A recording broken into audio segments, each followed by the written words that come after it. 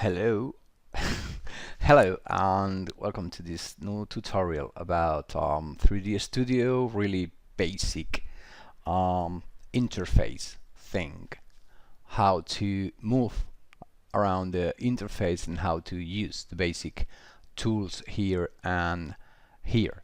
This time in English.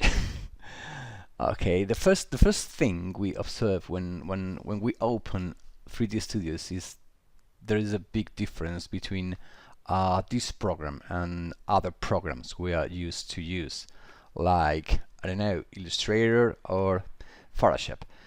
That's because mainly that's because Illustrator is a two-dimensional program and 3D Studio is a three-dimensional program. That's why the name 3D Studio.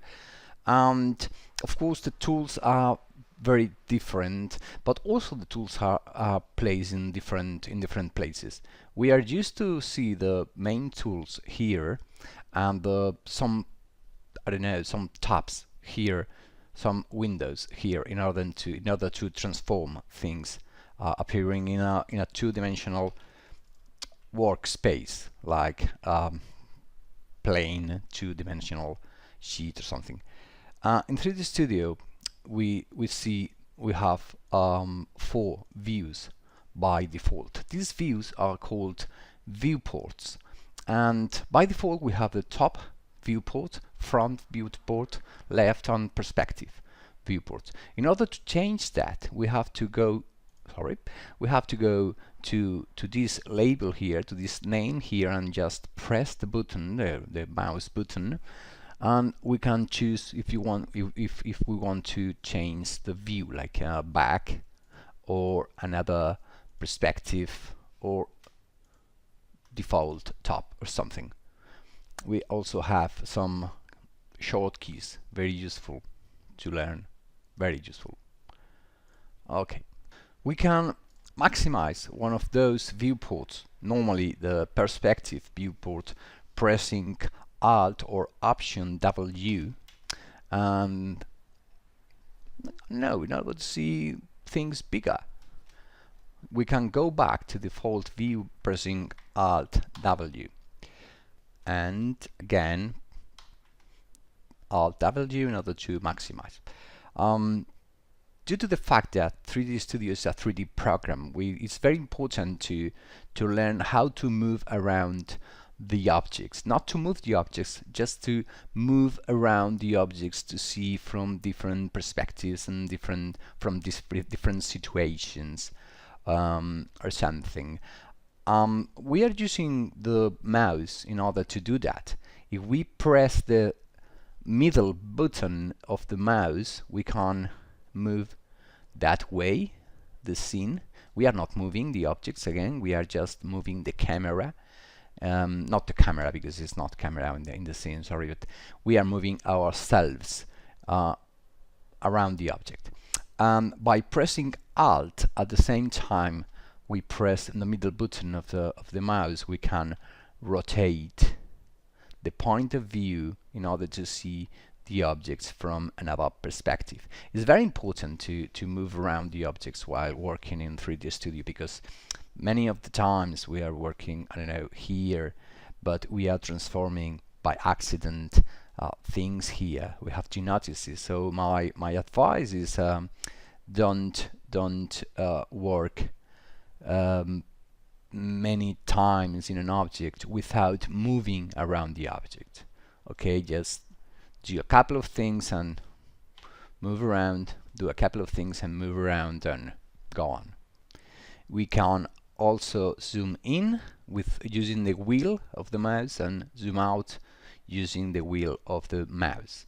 If somehow we get lost, I don't know, in the space or something, we can press Z in order to go back to the scene, to center the scene in the viewport. This is very useful also when I don't know, I'm like here, very close to the object, and I want to gain perspective again. I can press Z and gain perspective again of the object that I've got selected, or of the objects that are in the scene. Okay, very easy. we are going to see now these tools up here. The first one is the selection tool. This tool is just for selecting thing. I can select this object or I can select this object. And I can see here I got a teapot.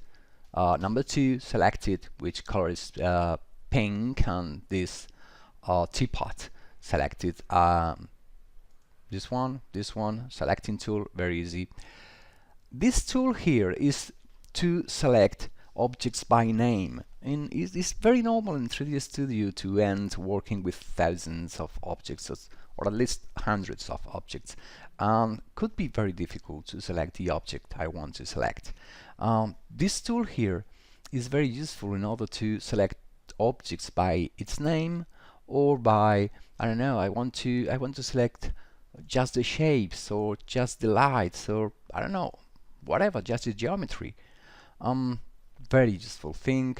You'll miss it if you don't use it, trust me. This tool here is in order to transform the selecting area.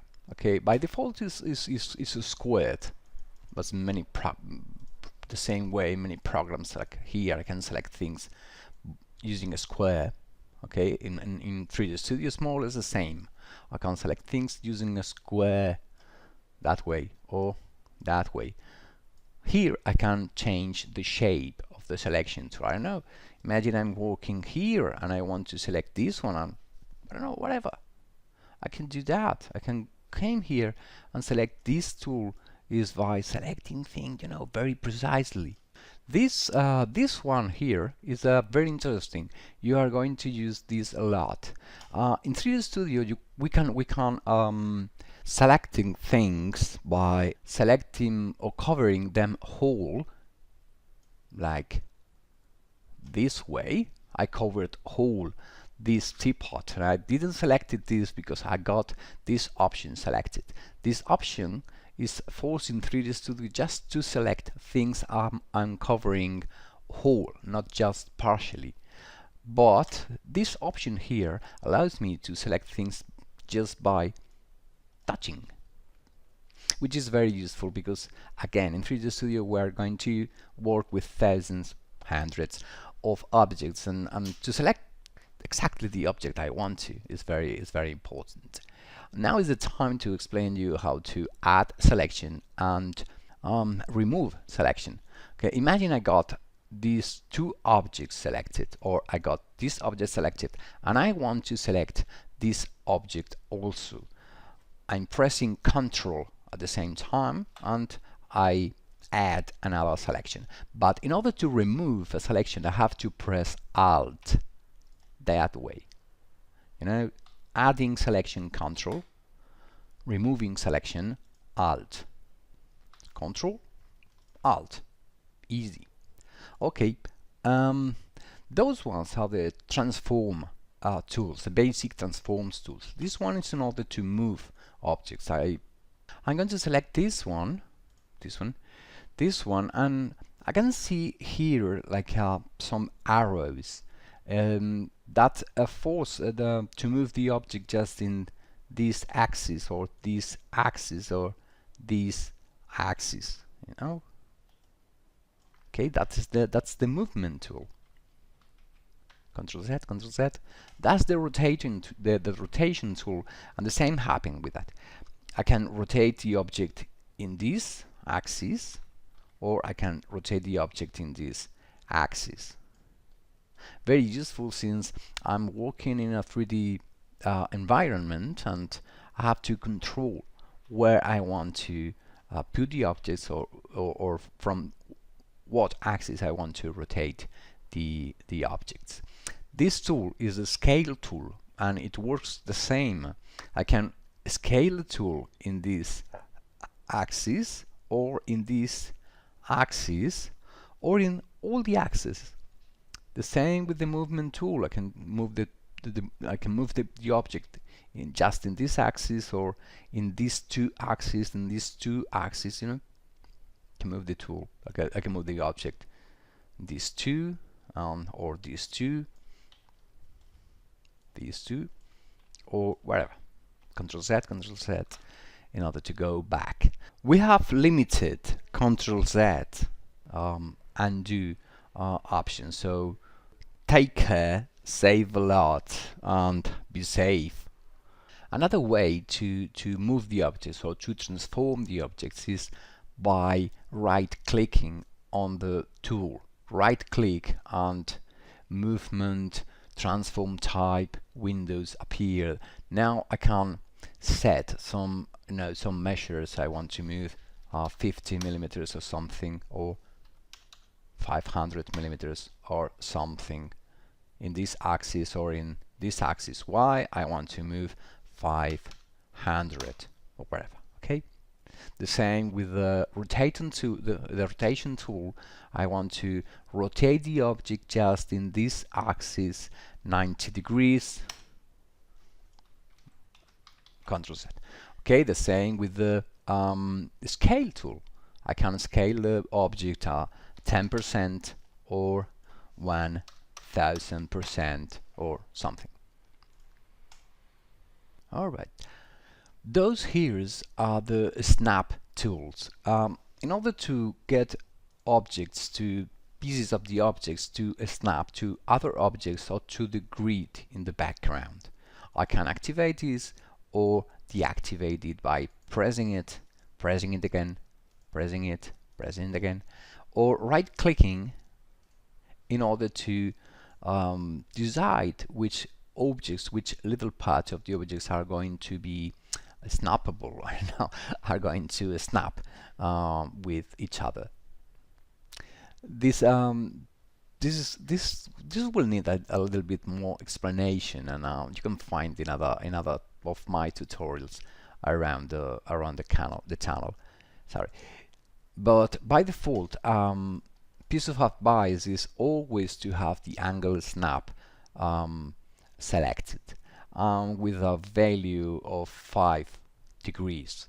That's why, because I could I don't know, to rotate this object, to look for a pretty perspective. I want this object to be, I don't know, here, or I want to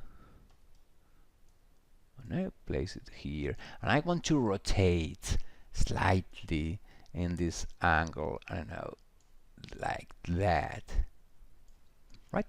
But if I repent of that, if I want to go back in a half an hour or so, it's very easy to go back 1-2 times, because I rotated exactly 10 degrees because I got the snap activated. So my advice is get the snap always activated in order not to do that, and that will be almost become impossible to put in the same way it was. You have to do it by hand. It's not a good idea. So always activated this tool, always activated. That's it. I think that's enough for today. I think that's enough for the presentation of the program. Remember, you can see the objects from many angles. You can rotate around the objects. You can zoom in, zoom out, everything with the mouse and pressing Alt. And thank you.